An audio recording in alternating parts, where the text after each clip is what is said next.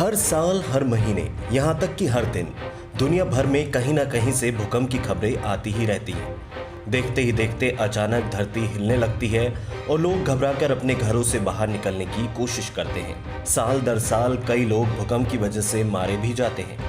बीते दिनों तुर्की और सीरिया में आए भूकंप में तो 50,000 से ज्यादा लोगों की जान चली गई। हाल ही के दिनों में उत्तर भारत के कुछ हिस्सों में भी भूकंप के झटके महसूस किए गए हैं। तो चलिए इस खास रिपोर्ट के जरिए जानने की कोशिश करते हैं कि आखिर भूकंप कैसे आता है, इसके आने के कारण क्या है और ये कितने प्रकार का होता है।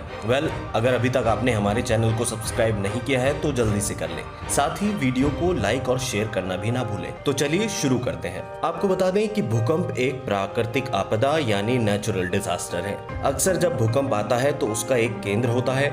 इसकी तीव्रता हम रिएक्टर स्केल से मापते हैं। भूकंप किसी भी स्थान पर कभी भी आ सकता है। आसान शब्दों में समझें तो जब पृथ्वी की सतह हिलने या कांपने लगती है तो भूकंप आता है। पृथ्वी की सतह के ठीक नीचे का स्थान जहां से भूकंप का कंपन शुरू होता है उसे हाइपोसेंटर कहते हैं। वहीं पृथ्वी की सतह से ठीक ऊपर के स्थान को ऊपरी केंद्र कहा जाता है। इस स्थान पर भूकंप की तीव्रता सबसे ज्यादा होती है और कंपन भी तेज होता है। जैसे जैसे कंपन की आवृत्ति कम हो जाती है तो उसका प्रभाव भी कम होता है। कुछ भूकंप तो इतने ज्यादा खतरनाक होते हैं कि पूरा का पूरा शहर धरती में समा जाता है। ऐसा ही कुछ तुर्की में हुआ। चलिए अब जानते हैं कि भूकंप आने का कारण क्या है। इसे समझने के लिए हमें वैज्ञानिक रूप से धरती की संरचना को समझना होगा।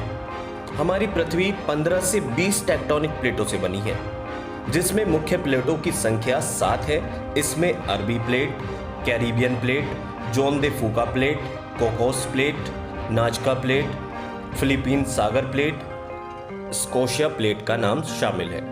ये प्लेटें पृथ्वी के नीचे तरल पदार्थ लावा के रूप में नरम चट्टानों की परतें होती हैं, जो लगातार धीमी गति से तैरती रहती हैं। स्वाभाविक रूप से अधिकांश भूकंप टेक्टोनिक प्लेट्स के आपस में टकराने से ही आते हैं। इनके बीच के गैप को फॉल्ट लाइन कहा जाता है। जैसे ही ये प्लेटें आपस में टकराती हैं तो उनके कोने टूट जाते हैं और घर्षण की वजह से आपस में चिपक जाते हैं। साथ ही फॉल्ट लाइन के आसपास की भी एनर्जी स्टोर होती रहती है। जब ये दबाव बहुत ज्यादा हो जाता है तो एक सीमित वैल्यू पार कर जाती है, जिसकी वजह से घर्षण बल कमजोर हो जाता है। इसी वजह से चिपकी हुई प्लेटों के बीच अचानक हलचल होती है, जिससे भ्रंश बनता है। भ्रंश के निर्माण के कारण पृथ्वी की सतह का विस्थापन होता है और तनाव ऊर्जा उत्पन्न होती है।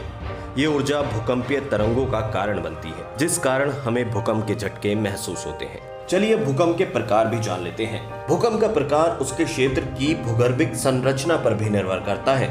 मुख्य तौर पर ये 4 प्रकार के होते हैं: tectonic earthquake, volcanic earthquake, collapse earthquake और एक्सप्लोजन अर्थक्वेक। सामान्य तौर पर टेक्टोनिक अर्थक्वेक ही अक्सर आता रहता है। कुल मिलाकर इस रिपोर्ट के जरिए आप भूकंप के आने के बेसिक कारणों को तो समझ ही गए होंगे। अगर इस टॉपिक पर आप कुछ जानकारी साझा करना चाहते हैं या फिर इसी से जुड़े किसी टॉपिक के बारे में वीडियो देखना चाहते हैं तो हमें कमेंट करके जरूर बताएं। साथ ही हमारे चैनल को सब्सक्राइब करें, वीडियो को लाइक करें और शेयर करें। धन्यवाद।